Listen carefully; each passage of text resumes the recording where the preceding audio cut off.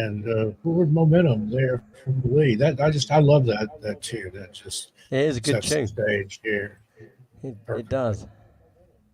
And a lot of yours are like that. I mean, the ones that you made for me and stuff.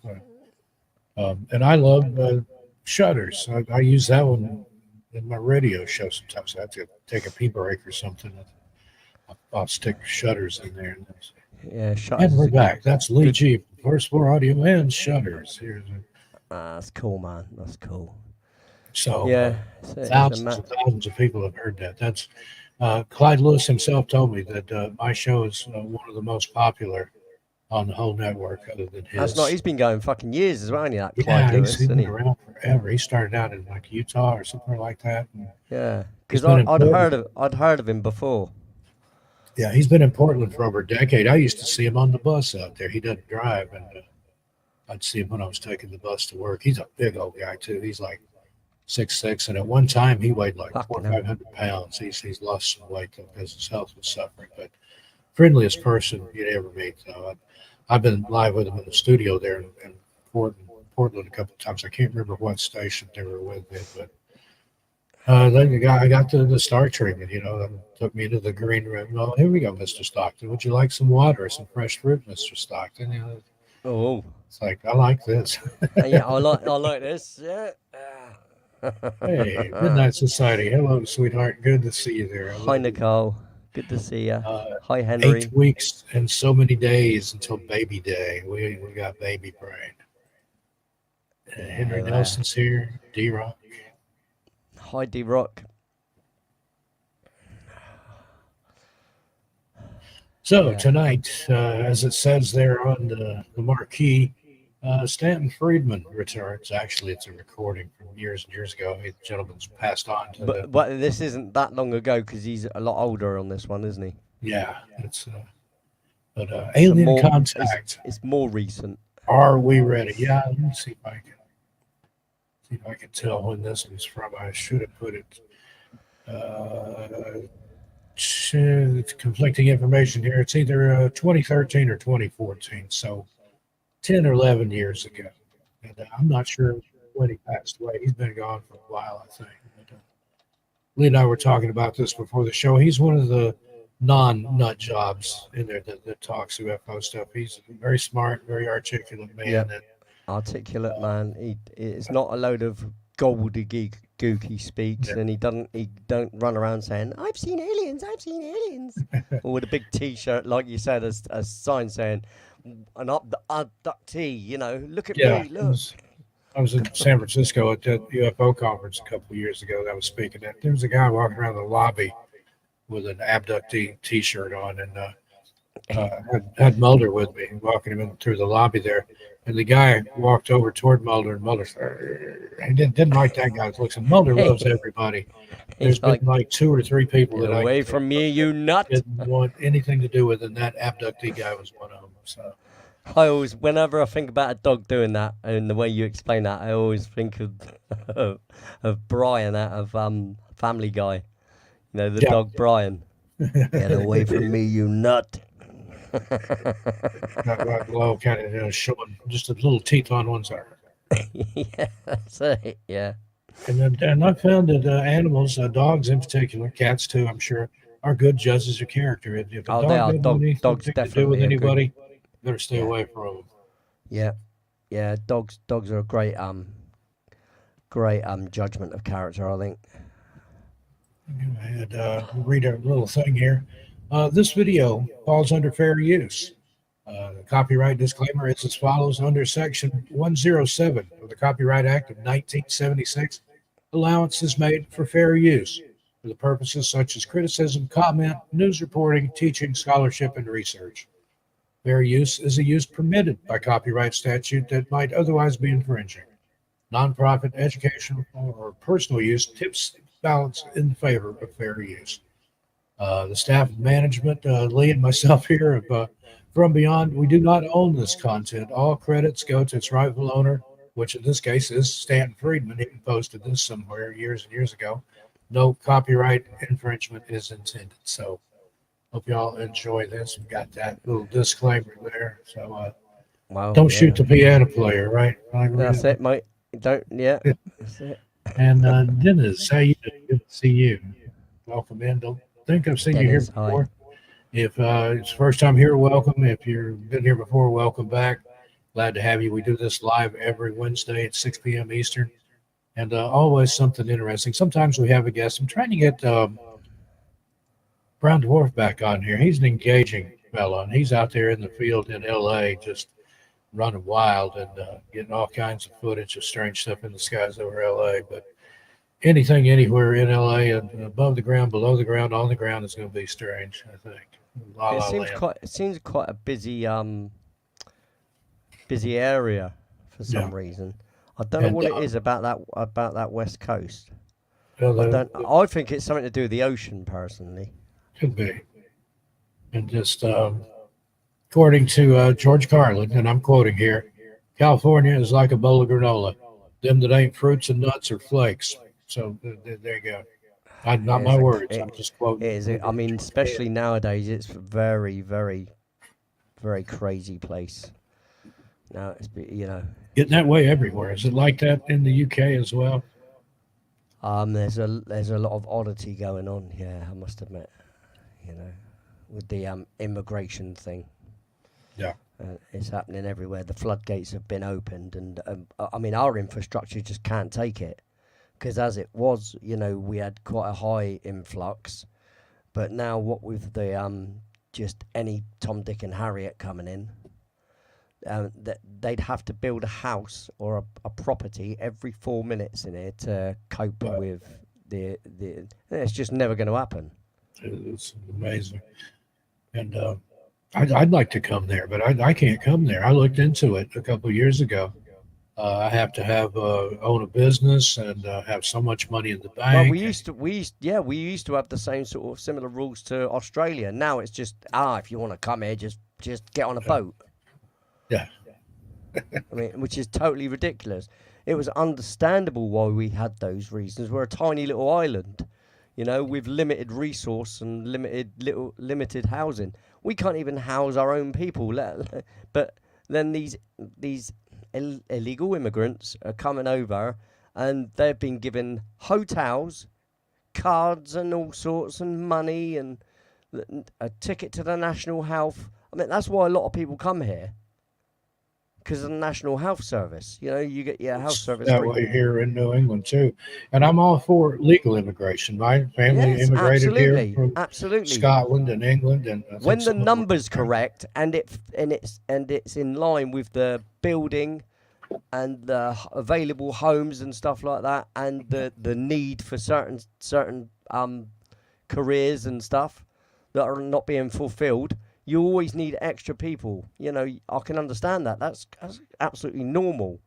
But when it's just a bunch of you don't know who, and it's a lot of crazies that have been let out of prisons and sailors, insane asylums and stuff, and just put on a boat and said go that way, you'll be fine. Yeah, yeah, it's just lunacy. Interesting times we live in. Yeah. Well, you could say interesting. I'd use another word, but I don't use it. I was trying to be nice there.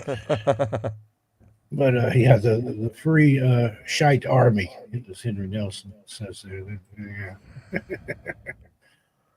Yeah. Well, all that aside, let's go ahead and get started here with Let's do it, mate. Let's do it. And alien contact. Are we ready? Let's see what Stanton has to say. I'm ready, mate. I was born ready. Enjoy, everybody.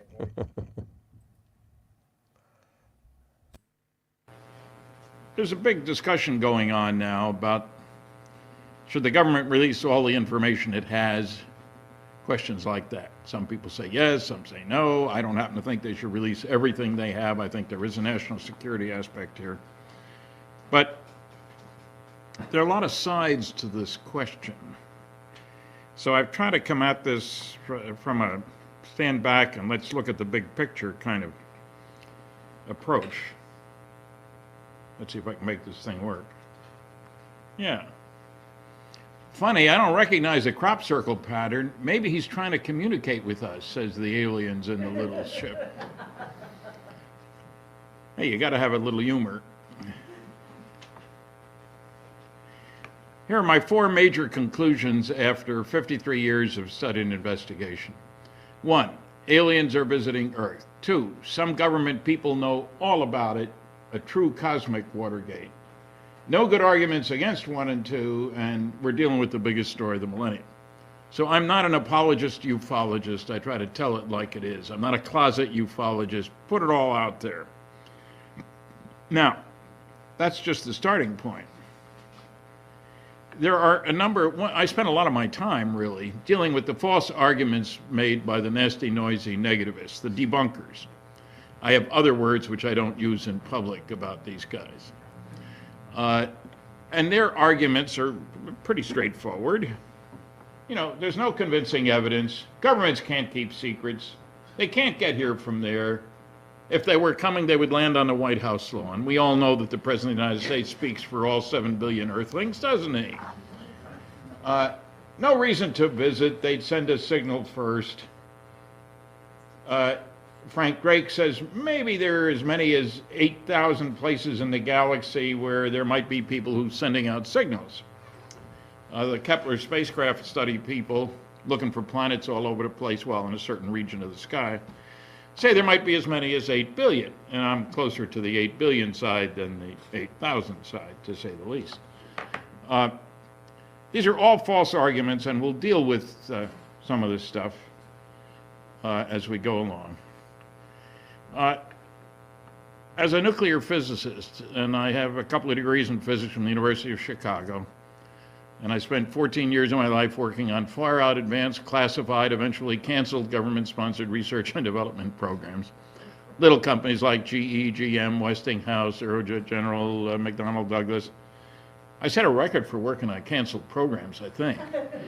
That wasn't my intention, but, you know. My first rule is you study the evidence before you open your mouth. That's not a common rule. There are an awful lot of people saying a lot of stuff who haven't looked at any of the evidence. Don't bother me with the facts. My mind's made up.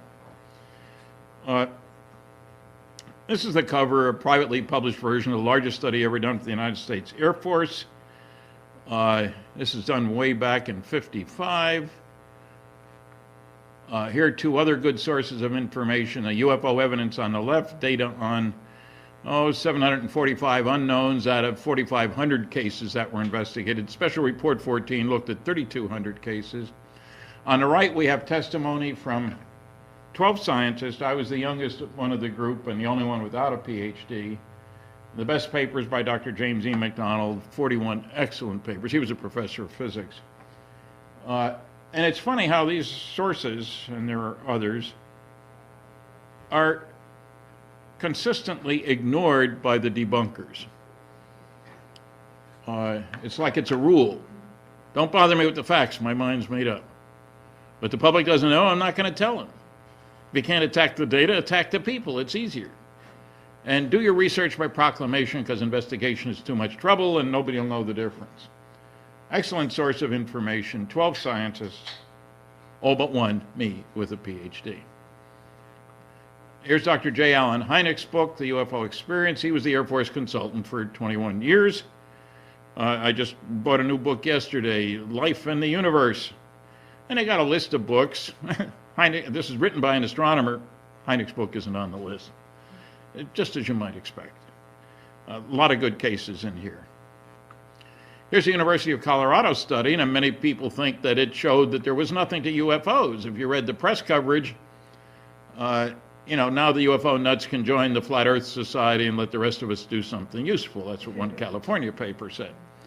The fact of the matter is that a special UFO subcommittee of the world's largest group of space scientists, American Institute of Aeronautics and Astronautics,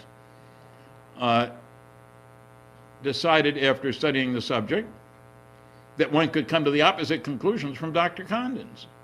Any phenomena, they say, with 30% unexplainable cases is certainly worth further investigation. And as a nuclear guy, I'm always accustomed to looking at the small minority. If you take a bunch of uranium atoms, only 1 in 140 is uranium-235. That's the one we use in our early bombs and in nuclear reactors and so forth. So more than 99% of the atoms of uranium are not fissionable easily, but it's the one that is. It's like the basketball coach. Don't tell him about the midgets. He said, give me one 7-footer. Yeah, I know most people aren't 7 feet tall, so what? Give me one guy who is. That'll do it. So with regard to UFOs, you got to ask the right question. Not are all UFOs alien spacecraft. Are any? Is a much better question. My answer is very definitely yes. Typically 20%. Okay. So there's some homework to be done, in other words. Now, to illustrate, I mean, I know it comes as a shock to you that I would say that people who work for the United States government would lie. But, you know, bear with me for a little bit.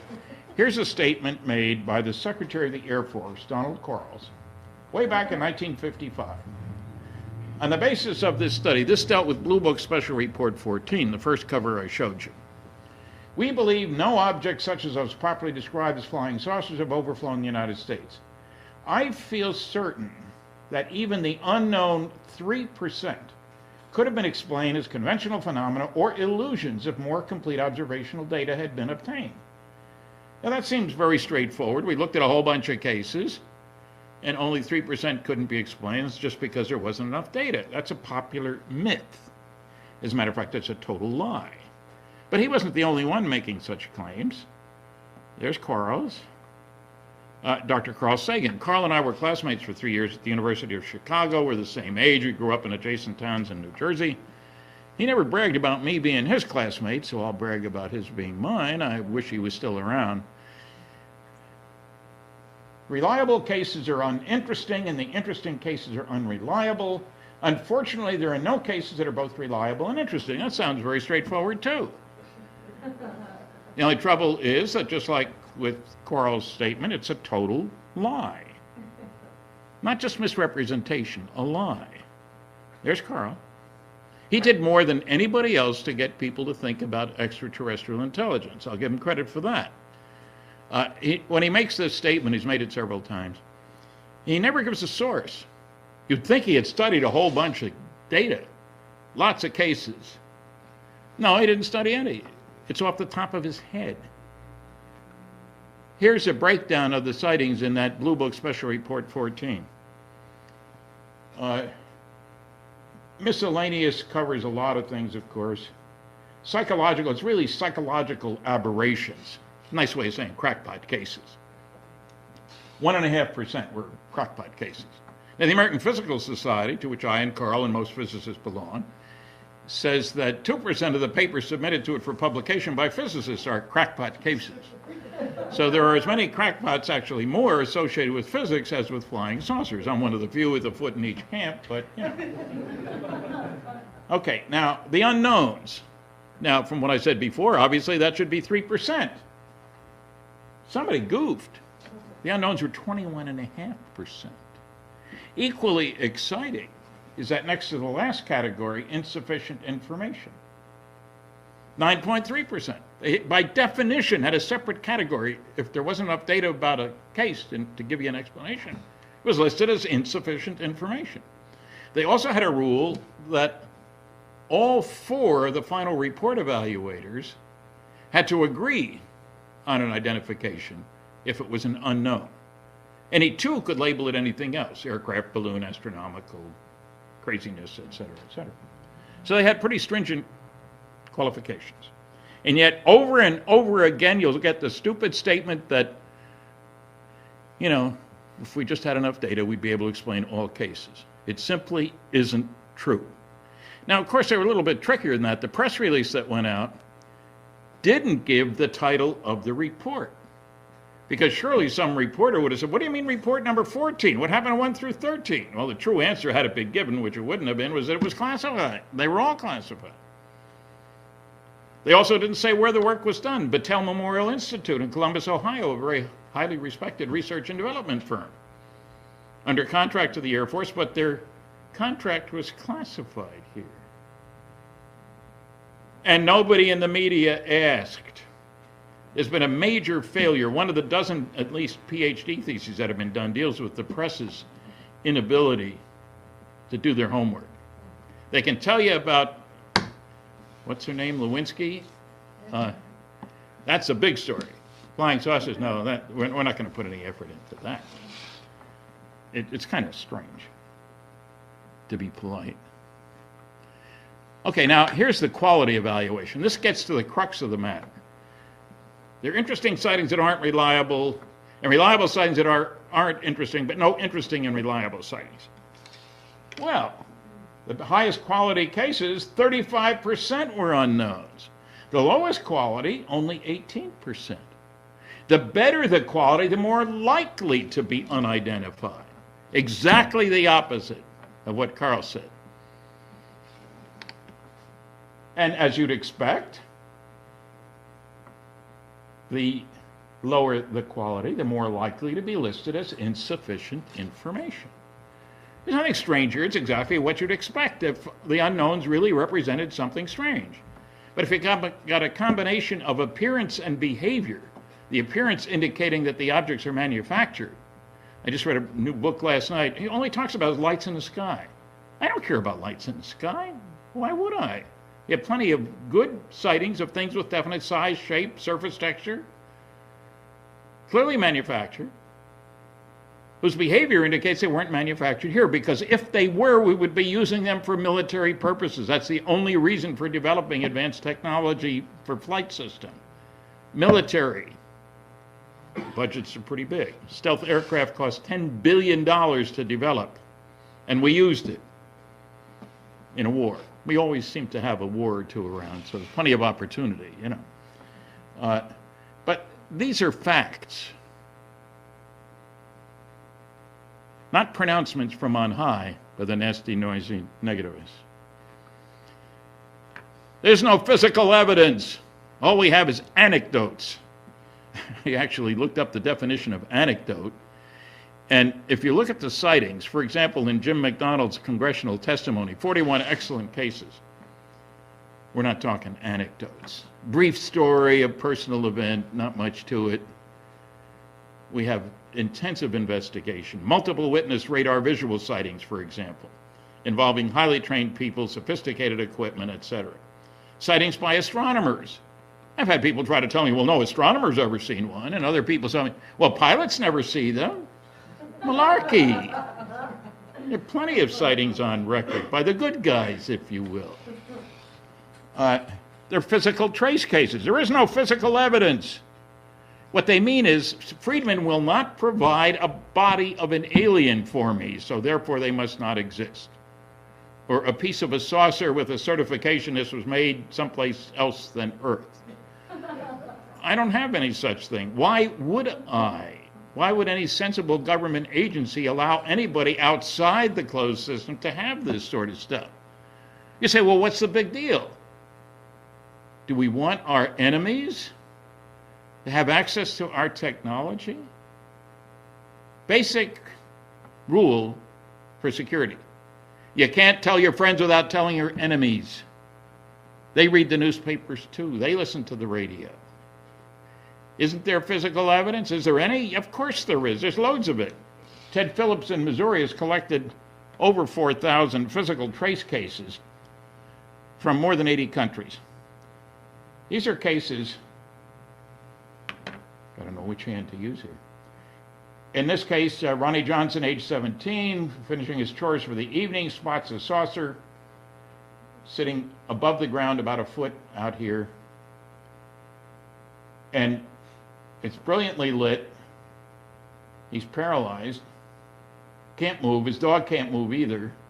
Finally, this thing takes off. He dashes in the house, tells his folks he just saw a flying saucer. They laugh at him, of course. So he says, you don't need to believe me. Go out and see it. And they did go out, and they did see it.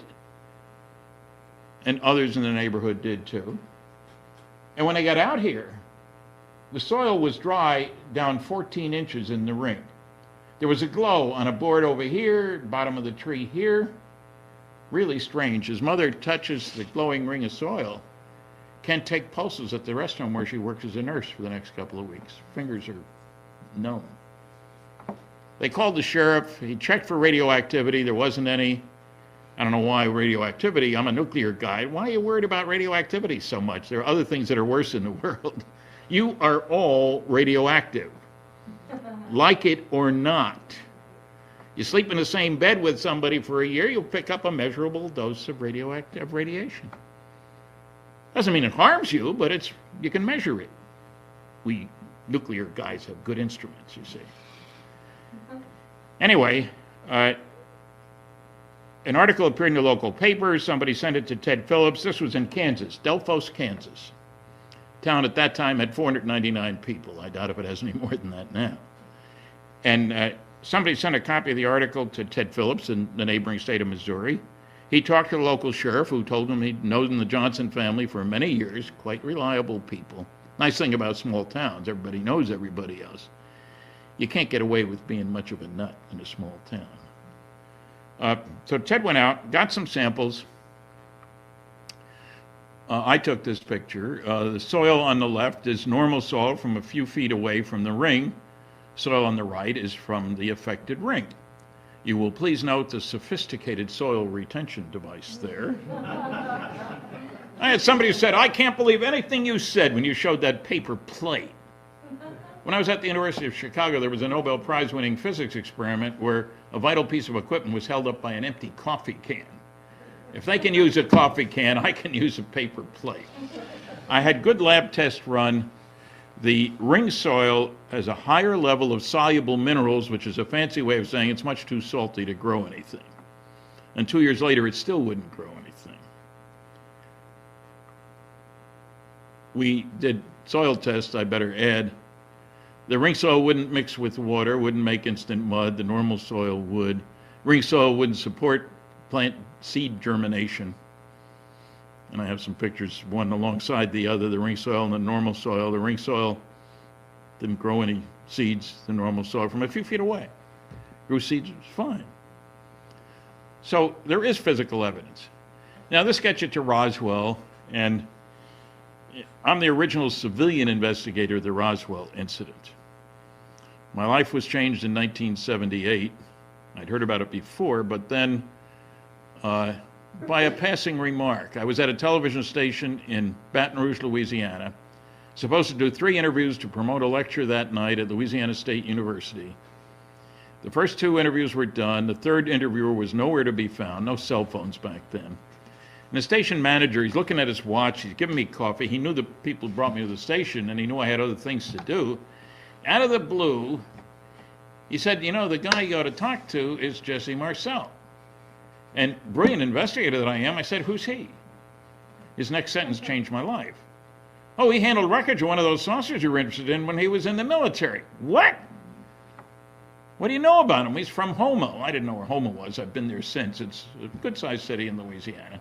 He's a great guy. We're old ham radio buddies. You ought to talk to him. And then the reporter showed up. We did the interview. I was busy the rest of the day. Great response that night. The next day, I was early at the airport, called information. This was before the internet. And got a number for Jesse A. Marcel in Houma, Louisiana. Talked to him, mentioned Bill Allen's name, the TV guy. He told me his story. He couldn't hide his involvement. His picture and names were in papers all over the country, actually in China as well and other places. And he was the intelligence officer at the base in Roswell, New Mexico, the home of the only atomic bombing group in the entire world. It's funny how the debunkers never mentioned that little detail, just a military base in New Mexico. And one guy says, the head of the skeptics, an unnamed public information officer put out an unauthorized press release, and that's what led to the Roswell story, and of course it was baloney. And I said to him, we were on the air, me in Roswell, him in Los Angeles, you don't even know his name, do you? Well, no. Well, I've known him for 20 years. The notion that the PIO, Public Information Officer, for the only atomic bombing group in the entire world, would put out a press release on his own without approval of the boss is absolutely absurd. These are the guys who dropped the bombs in Hiroshima and Nagasaki, and they tested 2 more bombs, atomic bombs, at Operation Crossroads in the Pacific in 46. They had atomic bombs. Nobody else did. It's a crazy notion. Well, these pictures, Jesse told me his story. A rancher had come into the base come into the sheriff's office. Sheriff called the base, as he was supposed to do. They talked to Jesse at the base. He talked to his boss, Colonel Blanchard, went out and looked at the stuff the rancher had brought and thought it was very, very strange. The boss says, take our counterintelligence corps guy with you, one of them, and follow this guy out to the ranch, because he said there's loads of it out there. Covers an area about 3/4 of a mile long, a few hundred yards wide, but nothing conventional. So naturally they went out there. They stayed overnight in their sleeping bags. Rancher gave him a can of beans. Jesse told me this. He was not a rich rancher. He operated the ranch. He didn't own the ranch. Bill Brazel, Mac Brazel was his name. His son was Bill. Talked to him too. They spotted this large debris field.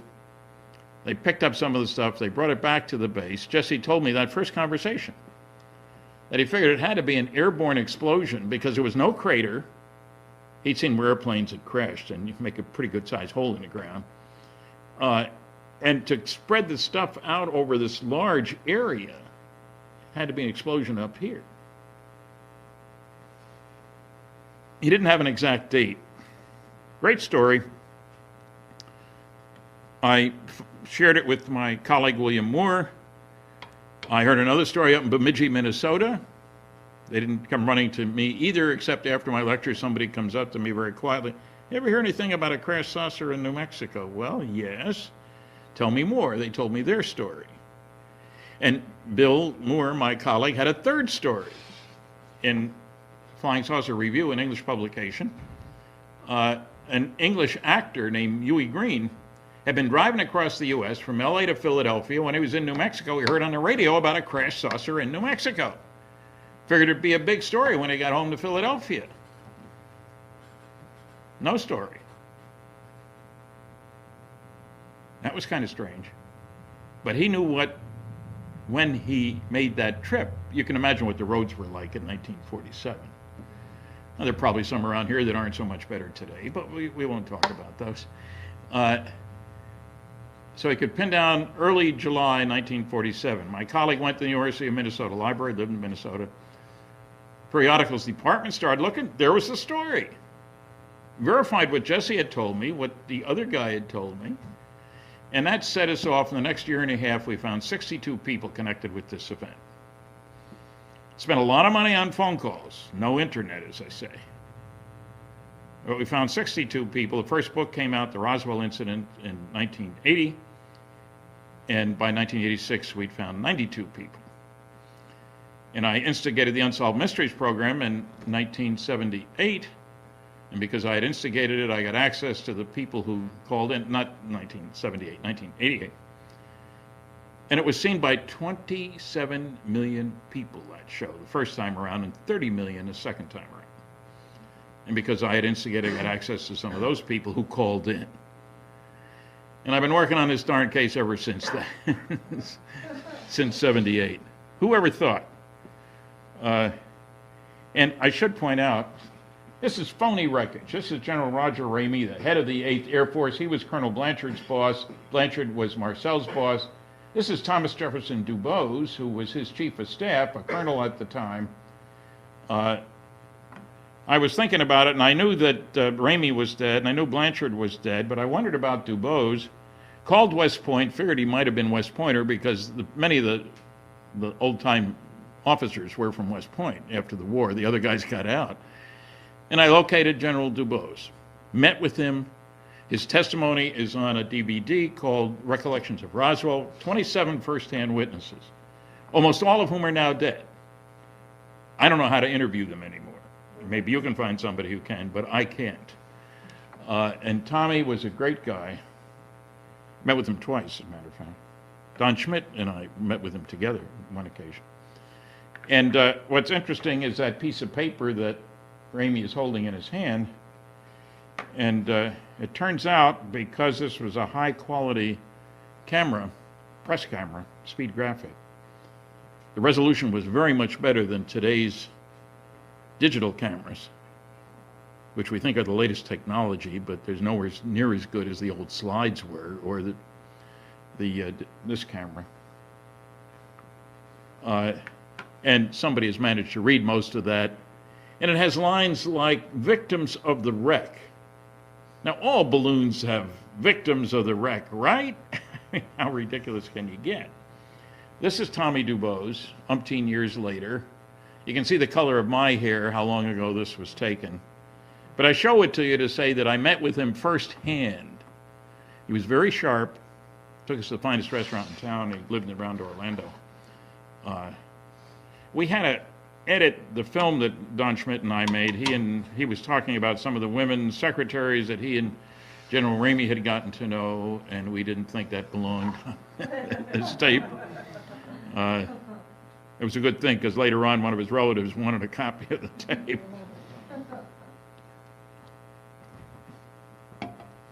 But it's funny how if you go to the debunkers of Roswell, they don't go out and find witnesses. They don't listen to the tape. They don't talk to the witnesses. They do their research by proclamation. That's not science, as far as I'm concerned, anyway. Now, some people will tell you that article only appeared in the Roswell Daily Record. Obviously, it wasn't a big story. That's from a guy who is now a senator from Minnesota. I had sent him and the other people on a program we were doing copies of newspaper articles, front page from all over the country. He hadn't bothered to look at them, although I was told he was given them.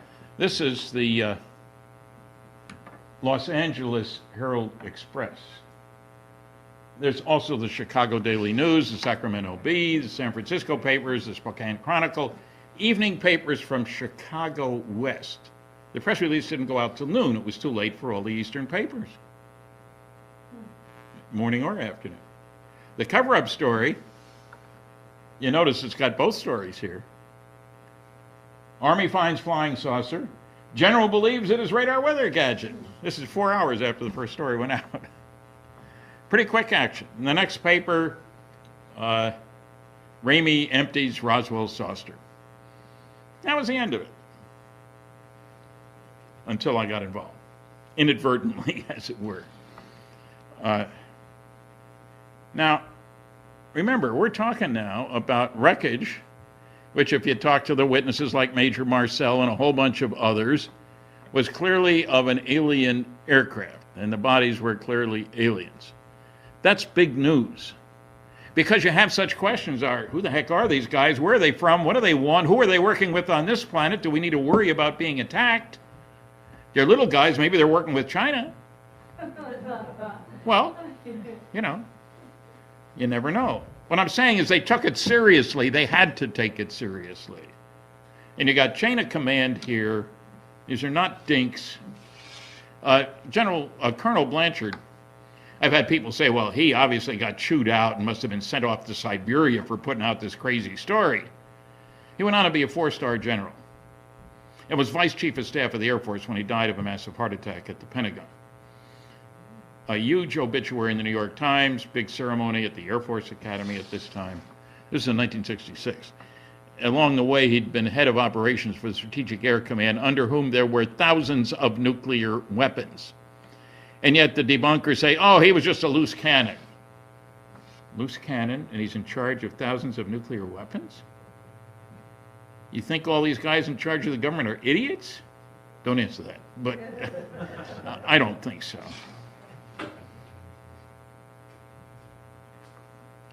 And of course, the Air Force got in the act. They put out 2 volumes.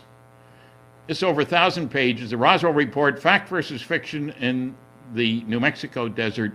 The Air Force supplied the fiction. They even lied about me in here, which I strongly resent. And even the picture on the front, that's what the rancher looked like. He didn't see anything in the sky. He heard something. And they said in this report that they weren't going to say anything more about Roswell. This is 1994. Well, they lied again. Here's the second volume, the Roswell Report, Case Closed. Now, that volume made a point of Project Mogul. And of course, they lied about it. The original story said the wreckage was recovered last week. And then suddenly, oh, you know what? It really crashed on June 14th. Now, how do you get June 14th as last week from July 8th, which is the date that all the headlines were? That doesn't figure, for one thing. They lied about me. They said the first article was in 1978 in the National Enquirer.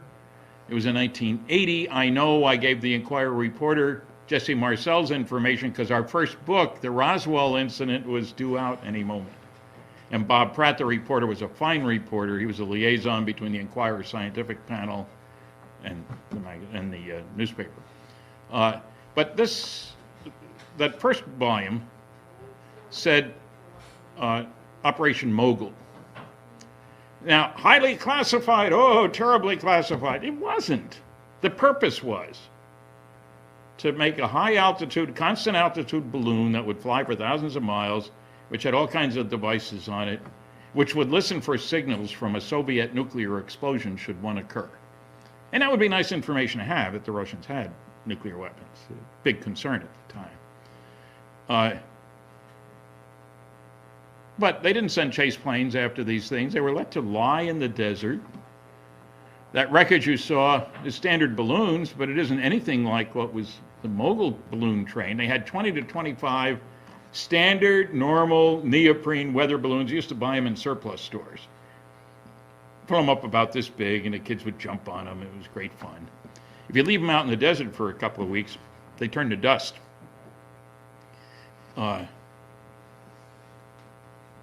Now, that's the first report.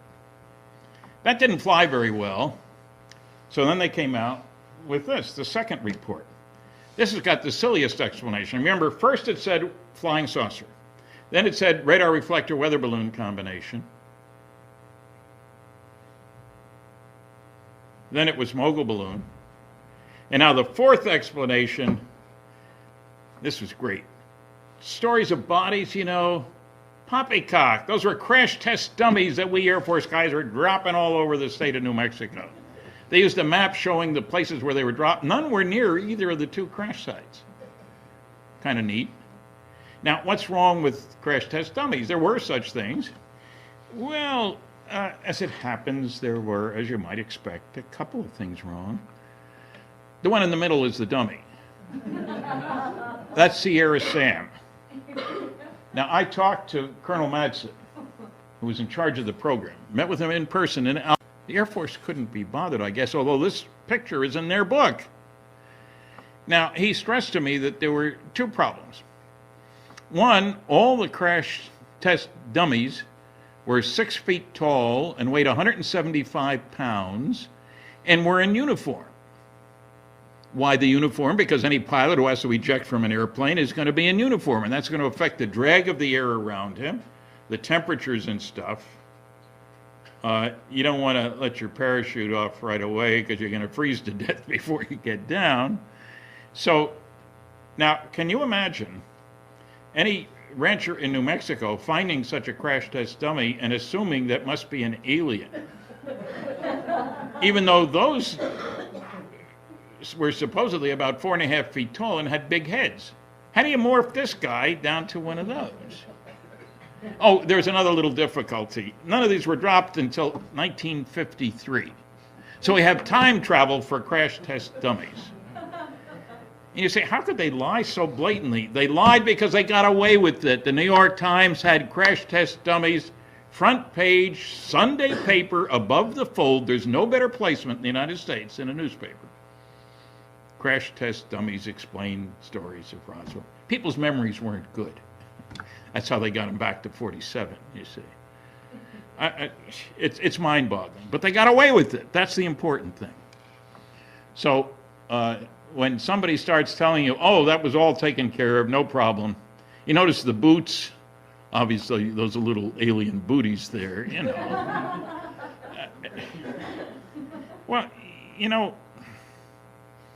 my first shock, I was working under security, but with lots of data and industry and science. When I saw Blue Book Special Report 14 and the lies from the Secretary of the Air Force, I was mad.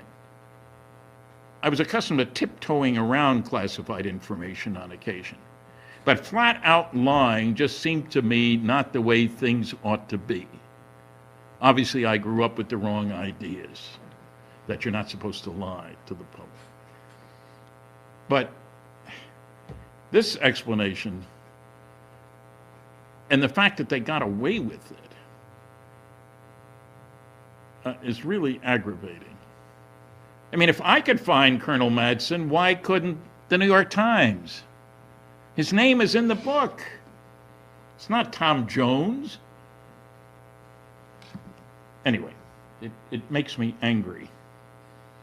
Okay, so Roswell was an important event because it was proof positive that aliens were visiting and that the government knows quite a bit about it and understandably wouldn't go public at the time. We don't know what they want, where they're from, how they operate. We don't know what our enemies know about them. How could we possibly say anything public? You know, the first atomic bomb was tested in New Mexico, was seen from 100 miles away, made it kind of a big bang. Sheriffs were getting calls from all over the state. They had to say something. And they put out a cover story. An ammunition dump had blown up. Unfortunately, nobody was injured. And it was accepted. And I'm not blaming them for putting out that story. What are you going to say? Oh, we tested a brand new atomic bomb? And the Japanese would move men into their cities, so we would drop it on them? I mean, you know, there are limits. So I've had plenty of exposure to lies, more lies, crazy lies.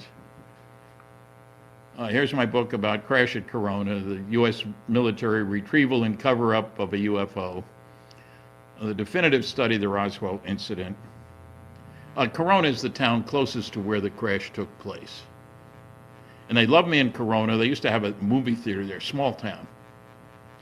And they, on the marquee of the movie at the time of the 50th anniversary, forget about Roswell, it all happened here, Corona.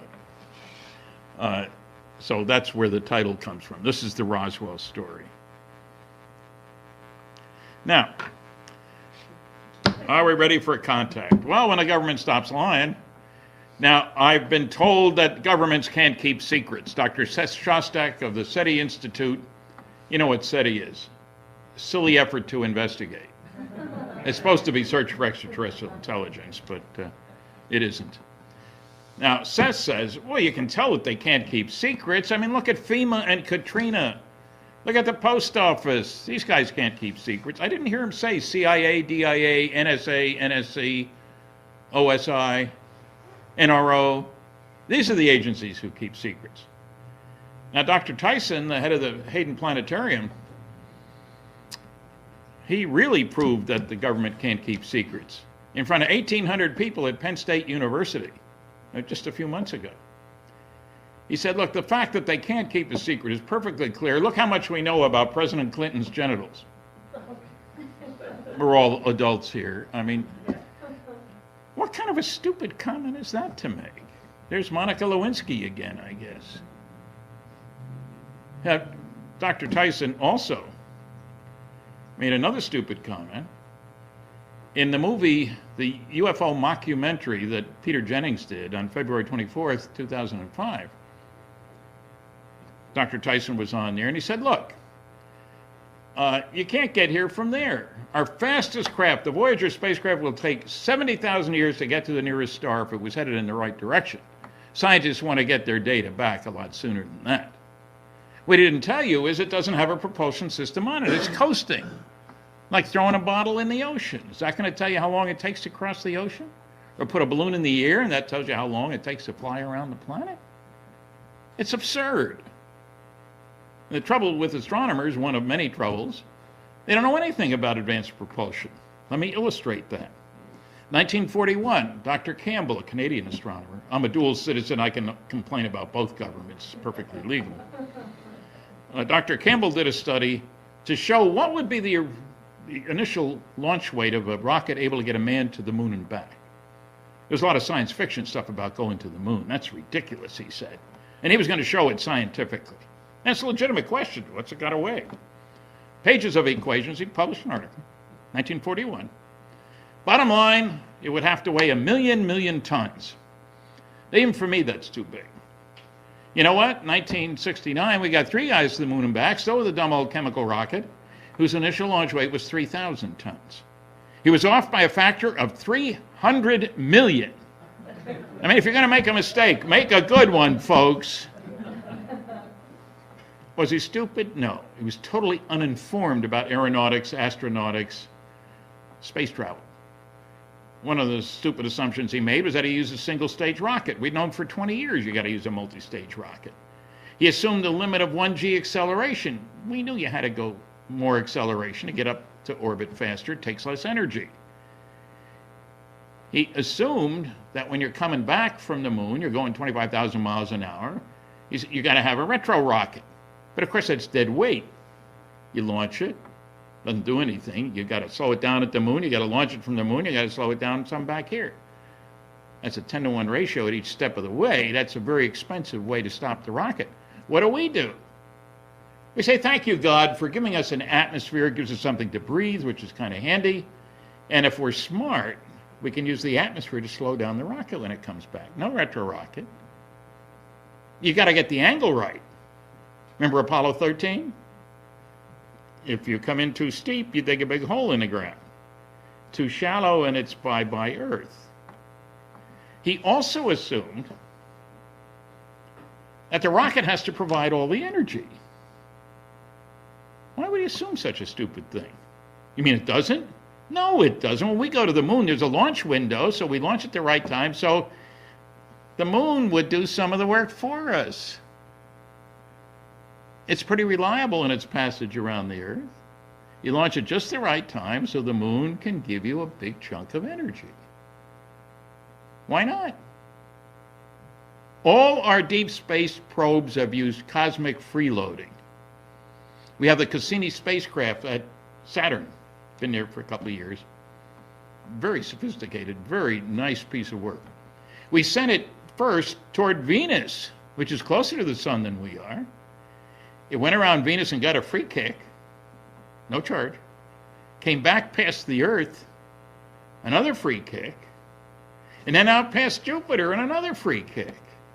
And there were people screaming about it because it has plutonium. Of course, it's plutonium-238, not 239. You can't make a bomb out of it, and so forth and so on. But all our deep space probes take advantage of Mother Nature. Why not? You know, if you're going to go up a hill, you don't walk down it, you ski down it. Let gravity do some of the work for you. So, if you make enough stupid assumptions, you can prove anything is impossible. Now, he assumed a chemical rocket. We'll talk about other ways of doing things besides chemical rocket. Now, you go back to the question, are we ready for contact? I think we have to recognize we got to study a lot of things. We got to ask a lot of questions. One of them is, can we convince the public that indeed you can get here from there? Because there are still people, including a number of astronomers, a number of people with piled higher and deeper degrees, who will tell you you can't get here from there. You violate the laws of physics. Baloney. You violate the laws of imagination, the lack of imagination on the part of the nasty, noisy negativists. Now, why do I show you this thing? What is that? Oh, it's a typical CIA UFO document. It took me 5 years to get. And, you know, isn't that exciting? I mean, title, doc reference, USSR, numbers. And people say, Stan, why don't you scrape it off and see what's underneath? Because they Xerox it first, they're not stupid. They may be nasty in what they do, but they're not stupid. 5 years. This is a guaranteed CIA UFO document. And just to prove it's not the only one, what the heck? There's another one. And here's my favorite one. I think it's the next slide here. Yeah. I love that. Deny in toto. They couldn't find 8 lousy words to declassify. But they're not covering anything up. That's what the insistent is. And that's only the CIA. They're not really the big boys on the block. This is an NSA, National Security Agency, or no such agency, or never says anything. Those are the inside explanations for NSA. To make a long story short, they released 156 UFO documents that looks like this. You can read one sentence per page. Everything else is sources and methods information, they tell me. 98% sources and methods and 2% UFO stuff. Does that make any sense? No, of course not, but nobody asked any of the questions. And they knew who I was. When I called, I'd heard they were putting out, they originally said we have 156 documents, so we can't release them. And then President Clinton signed a executive order 12958 that said you had to release everything after 25 years unless you provided excuses for keeping it classified. And everybody thought, oh, well, this was 1996. He's not going to win the election. We Republicans will take care of that. We don't need to worry about it. Nobody did anything. He did win the election. And suddenly the Air Force is looking at 100,000 pages a month to, hey, what can we release and what can't we release? And the NSA decided it better release some stuff. I called and I gave my name. She says, oh, I know who you are. What? How do you know who I am? Well, Philip Klass, Senior Avionics Editor for Aviation Week and Space Technology, let us know that you were showing the older NSA documents all blacked out on television without telling people it was sources and methods information that was classified. Of course I told them that. And whiting out doesn't make it look that much better. The public isn't stupid. And we'll talk about Mr. Klass in a few minutes. You'll see what a great debunker he was. So is anybody covering up anything about UFOs? You bet your boots. Is any newspaper group going after it? Of course not. You see, the general attitude is, look, we smart people working for the New York Times and CBS and so forth, our job is to keep up with what's important in the world. And if aliens were visiting this planet and the government knows all about it and isn't telling us, that would be a big story. But if it was a big story, we would know about it because we're so smart. And we don't, so it must not be. We're not going to waste any time on something that can't possibly exist because we would know about it. Self-fulfilling prophecy, they call that.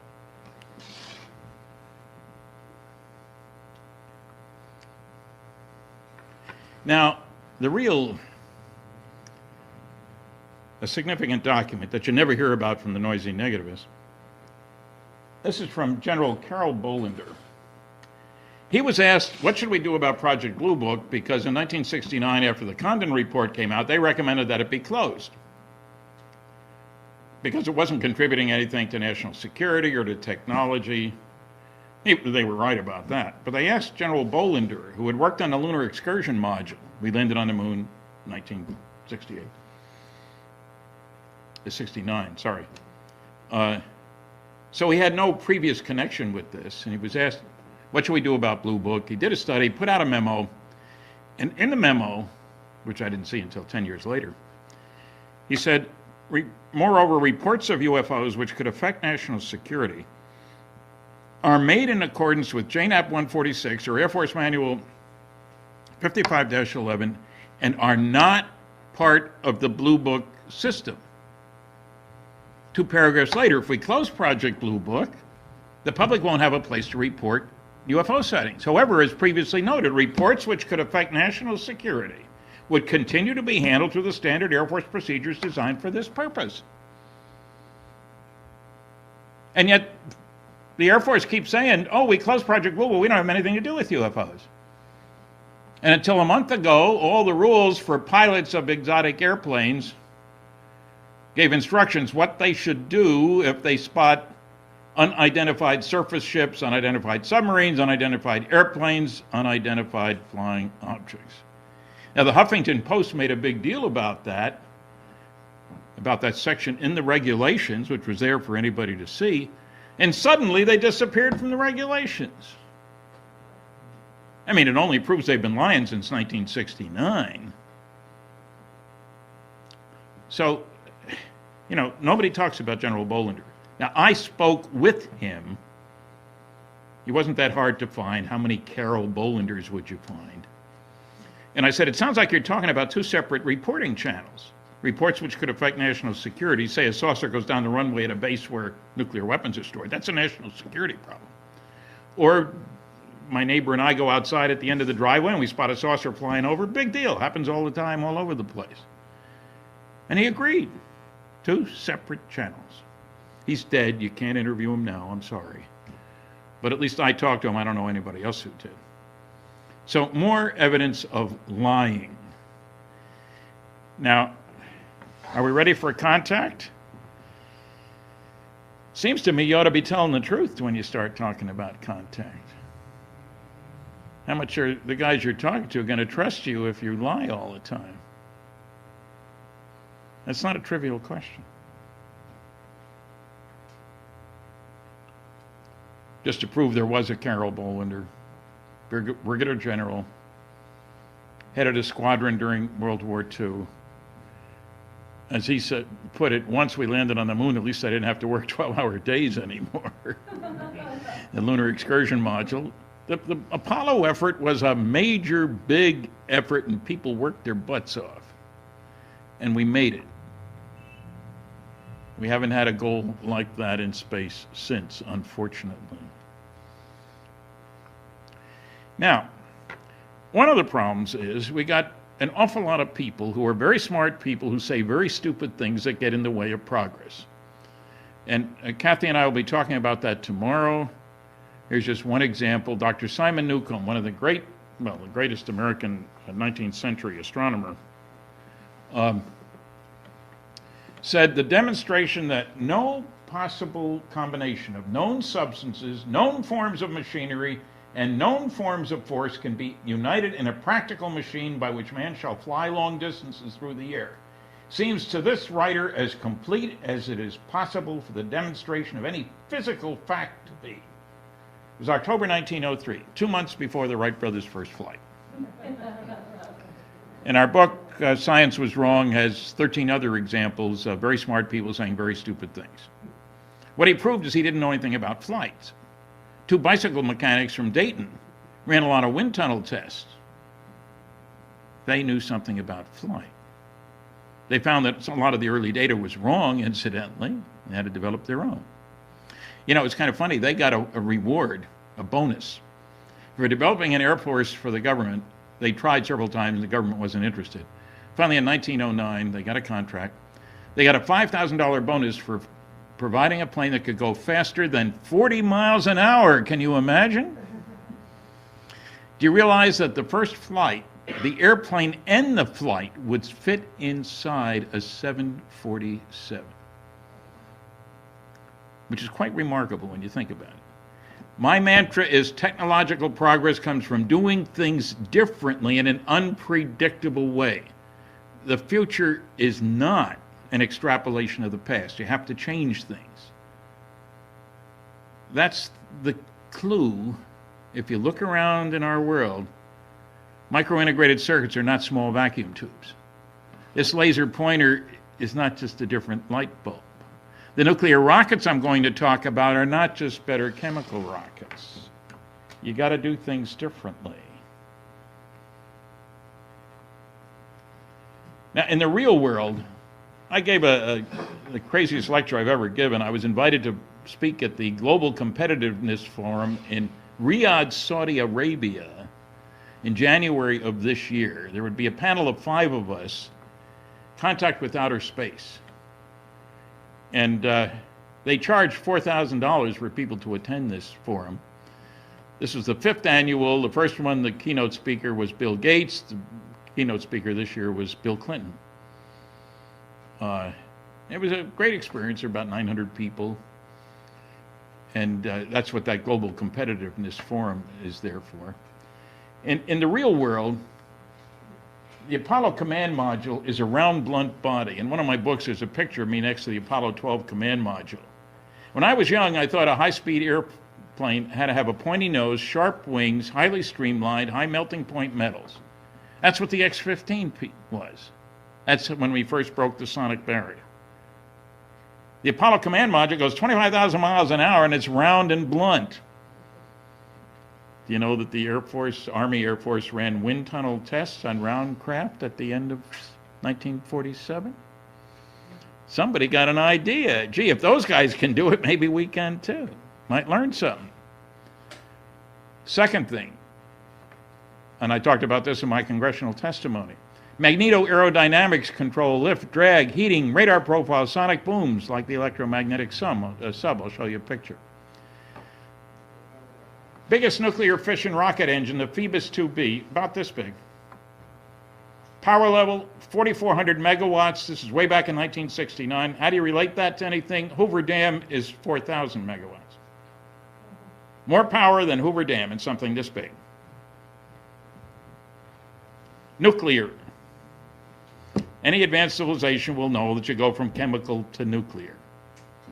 Don't need to be a genius to do that. The navies have nuclear submarines that go around the world underwater. Do you realize that we have nuclear-powered aircraft carriers that can operate for 18 years without refueling? Can't do that with a chemical-powered one, that's for sure.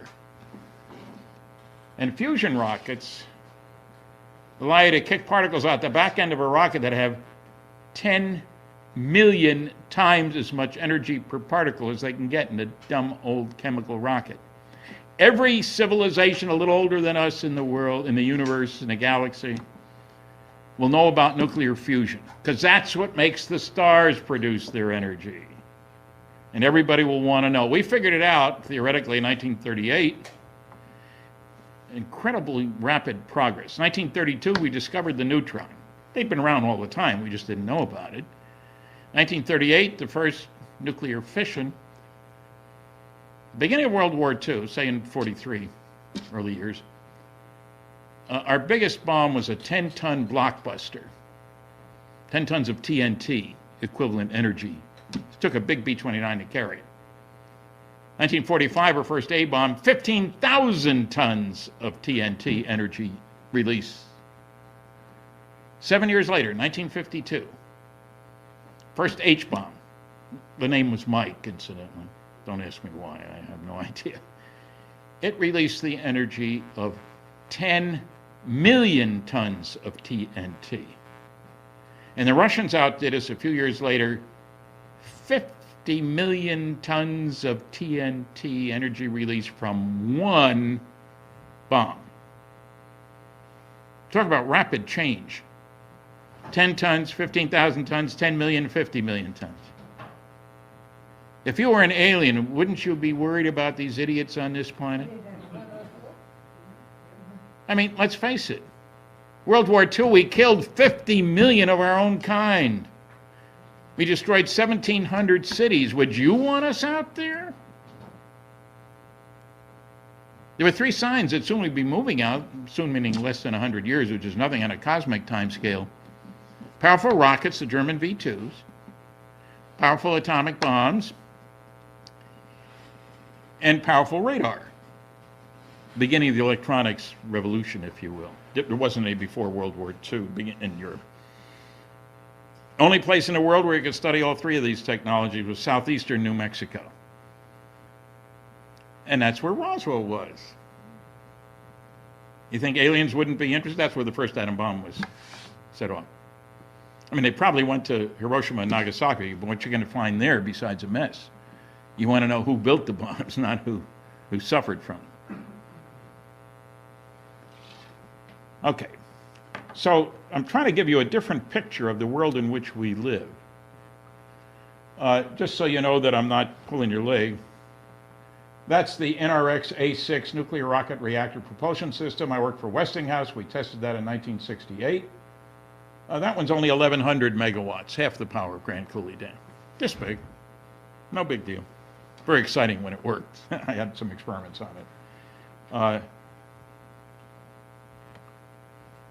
There's one of those nuclear-powered carriers.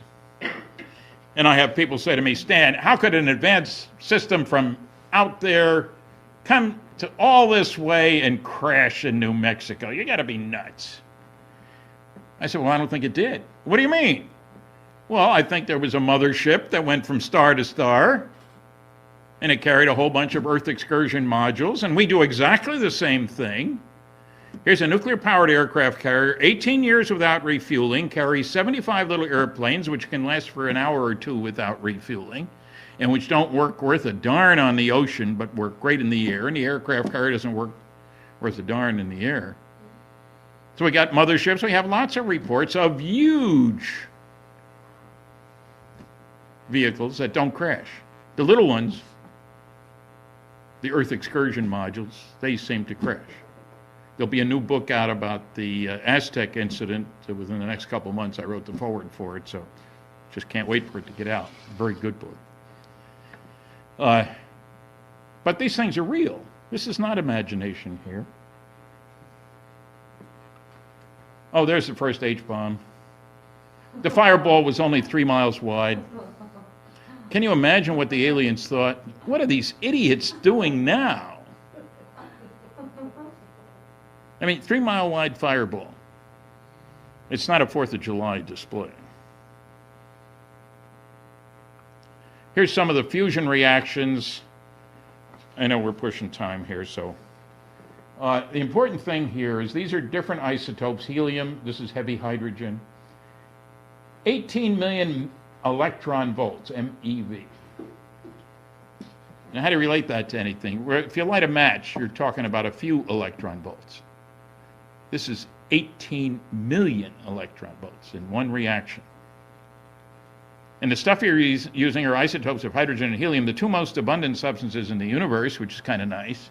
And if you pick the right reaction, you produce charged particles, and unlike neutrons, which go out in all directions, you can't do much with them, the charged particles you can kick out that way by electric and magnetic fields. The particles go that way, you go that way, fusion propulsion. I'm not saying there isn't something more advanced than fusion. I'm convinced there must be, because we aren't that smart and haven't been around that long. But this is not science fiction. Oh, the astronomers don't know anything about it. You'd think they would, but this is the real world we're dealing with.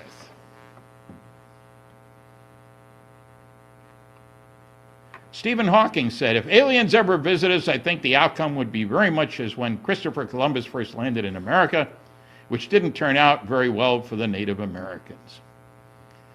Well, if you look at the situation between aliens and us versus Christopher Columbus and the natives, the balance is very different in our two situations. Chris didn't have any weapons of mass destruction. We do. If you were an alien, you'd be darn well ready to be careful about these Earthlings. Do you realize that we have exploded 2,000 nuclear weapons on this planet? Thank goodness only 2 on people. For the grace of God. I mean, I don't know how we avoided more than that. I worry about it for my great-grandson, to tell you the truth. Of course, the astronomers never talk about any of the evidence of aliens visiting. There's Frank Drake. Nice guy. He says there might be as many as 8,000 places in the galaxy that could be sending out signals. Of course, you can't fill in the numbers because we don't know them. Key number is, what's the lifespan of a civilization? Anybody know? We certainly don't. He leaves out colonization and migration. How many people here had your ancestors living where you currently live 20 generations ago? I think there's some Native Americans here at the conference, but you get my point. Somebody migrated here. They crash landed. In Australia, they were banished there. They take great pride in their convict ancestors, incidentally. Maybe this is a galactic jailhouse, you know, a penal colony. They dumped all the bad boys and girls there, and that's why we're so nasty to each other. Frank, you're way off base. I love this. As science expands its knowledge of the universe, the probability of Earth-like planets out there increases every year, and thus the chance of intelligent life existing in space is at a point where it must be taken seriously. As if our knowledge of it changes what's going on out there. Either they're out there or they're not. Whether we know about it has nothing to do with whether they're out there. That's not science.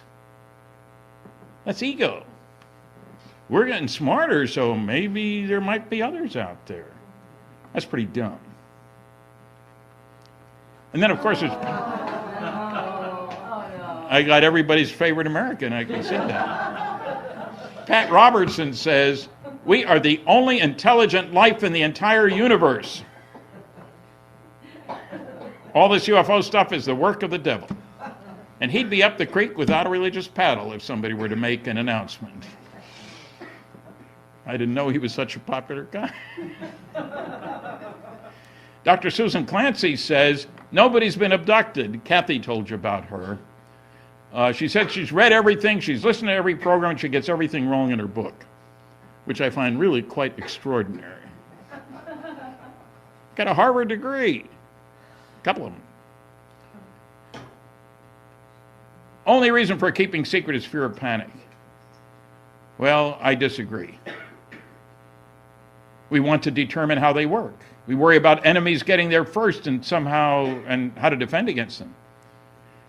Every government doesn't want a push for an earthling orientation because it would mean a loss of power. Everybody in power wants to stay in power. That's one of the ground rules on this planet. Pat Robertson again. Economic chaos of new technology. And we also can't admit, I've had 7 different stories of planes being shot down and never coming back when they were chasing UFOs. In 1952, the orders were put out. Shoot them down if they don't land when instructed to do so. Well, cartoonists would have great fun with that. You know, down, down. How do you tell the aliens? Anyway. How do we look to them? A primitive society, our major activity is tribal warfare. This year, the budget for military work is $1 trillion on planet Earth, and yet 25,000 children die each day of preventable disease or starvation. And we will soon be going to the stars using nuclear fusion.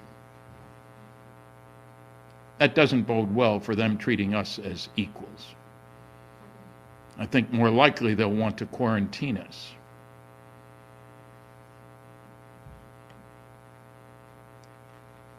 We are a threat to the neighborhood. We are not to be trusted with high tech. I've heard people say, well, why don't they land and just tell us how to solve all our energy problems and all these other. You don't give 3-year-olds loaded guns to play with. Maybe in Texas, but not here. I mean, let's be realistic. Oh, Phil Klass, one of the noisy negativists, I mentioned him earlier.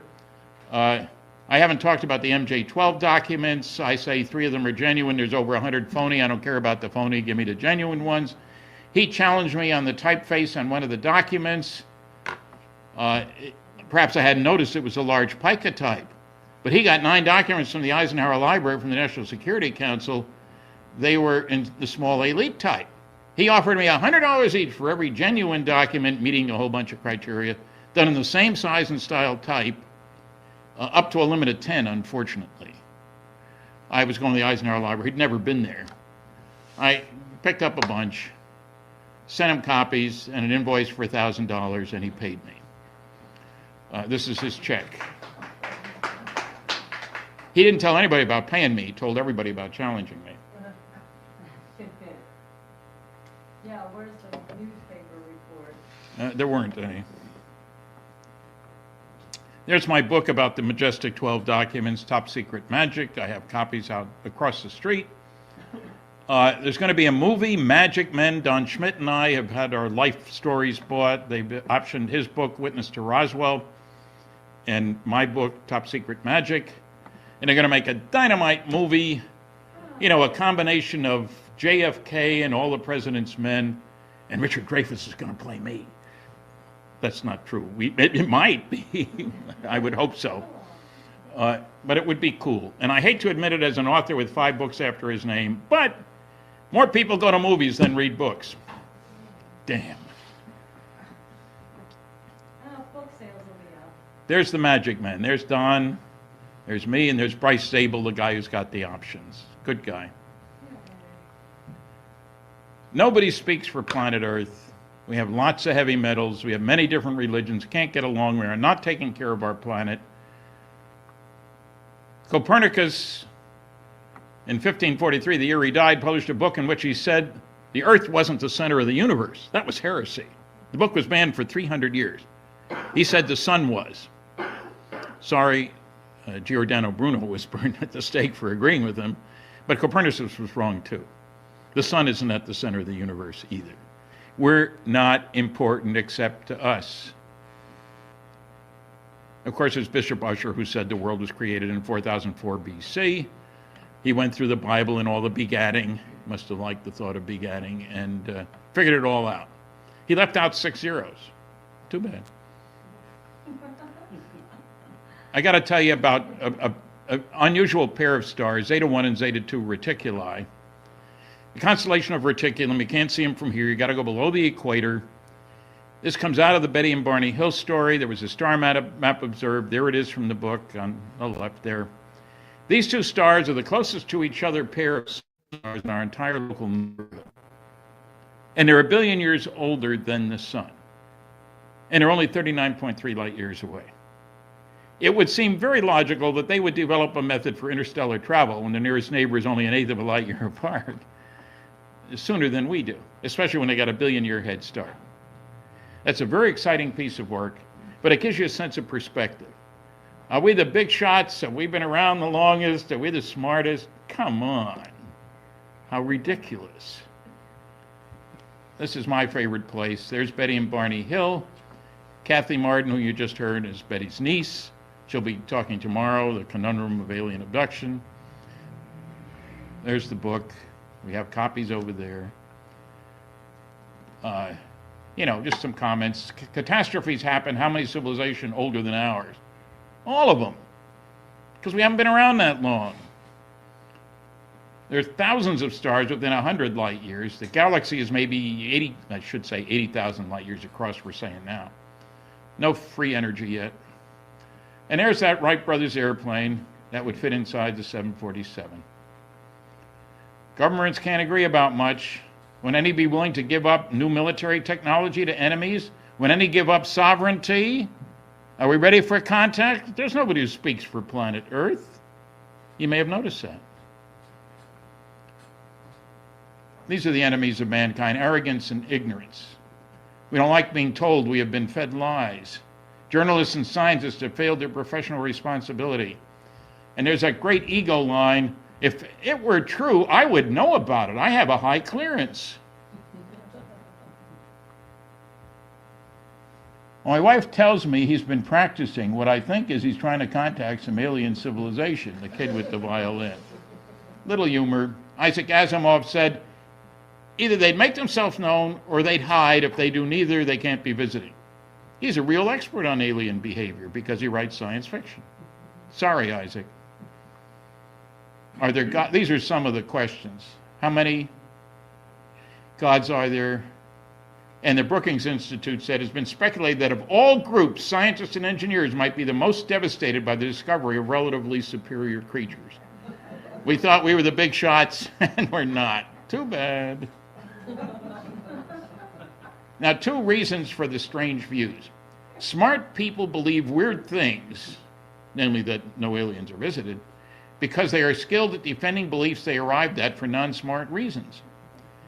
And the tendency to seek or interpret evidence favorable to already existing beliefs and to ignore or reinterpret evidence unfavorable to already existing beliefs. That's why the nasty, noisy negativisms from the ancient astronauts, I was going to say, the fossilized physicists and ancient academics who will try to tell you, ain't nobody coming here. They are, and they don't know. Ghost-like objects, this is a jets chased. I won't even go into this. There are a dozen PhD theses. You'll never hear about them from the noisy negativists.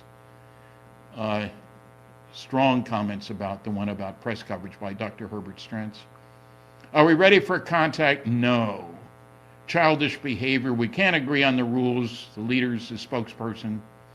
Maybe we should be told aliens are visiting, that international conferences will be held, and will be amnesty for military witnesses. I'm not expecting it to happen any day soon. There's my book, Flying Saucers in Science. There are copies across the street. I'll be over there tomorrow, too.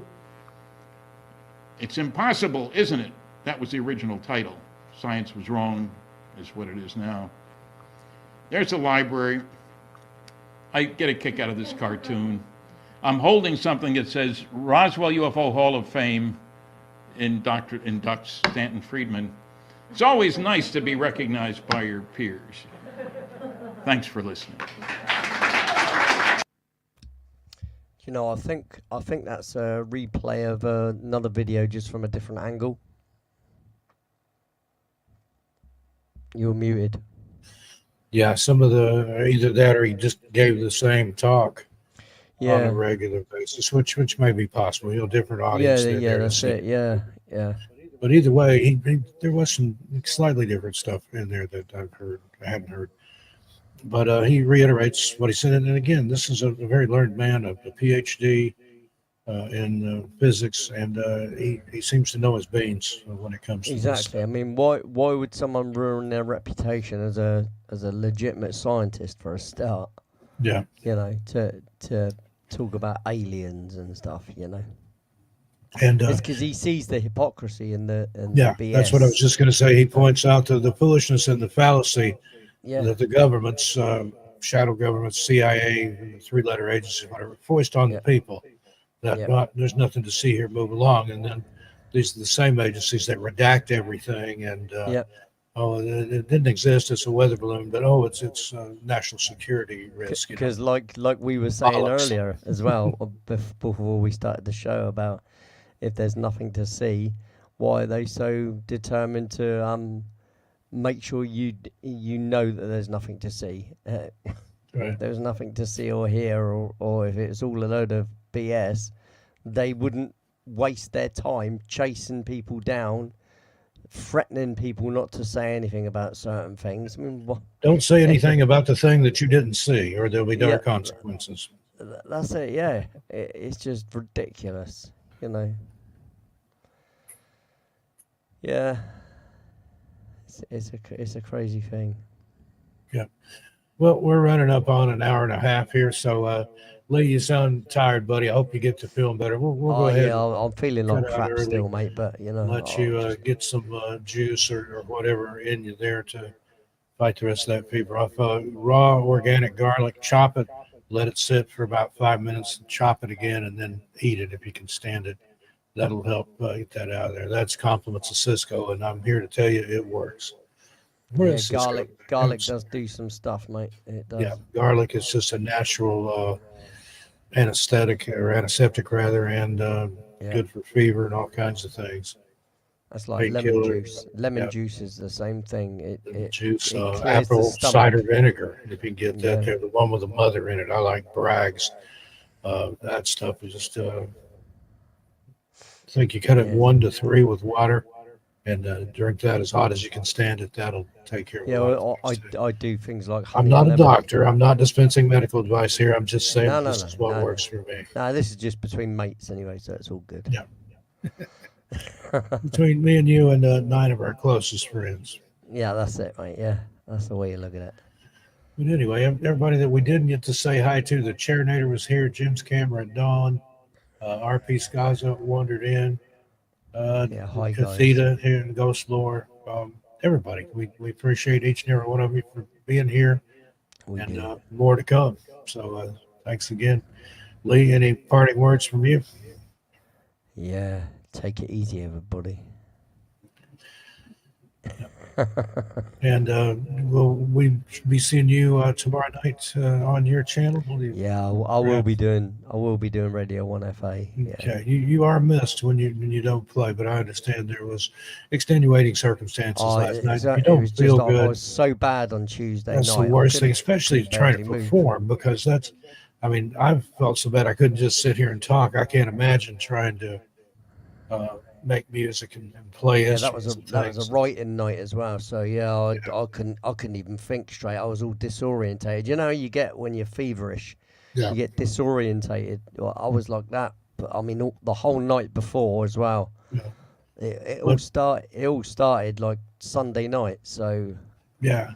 But then again, you never know. I've written some just amazing fiction before in the midst of a fever dream, and look at it later like, what was I thinking? It's like, oh yeah, I had that fever. It's just, you never know. But yeah, with what you do, I think that would make it more difficult, especially when you're doing it live and Yeah, I wouldn't been able to chill while I was doing it, if you know what I mean. Yeah. It'd been like work, and I don't want to do it as work. Yeah, You know, indeed. music, it is, you know, my lifestyle rather than work. You know. Yeah, it is, and and it shows. You're good at what you do, my friend. All right. Well, with that said, we're going to get on out of here. We'll see you a little further on down the trail. Tell your animals Lee and I said hi, and we'll see you tomorrow night over on Thanks, everyone. First Floor Audio for Radio 1FA night. I'll probably join Lee on camera Yeah, mate. unless I You're don't. always So welcome. that's the plan right now. Yeah, Subject you're always change. welcome anyway, mate.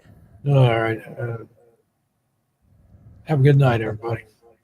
See you later, everybody. Thanks for joining us. He's going to play us out here with Forward Momentum. Good night, folks.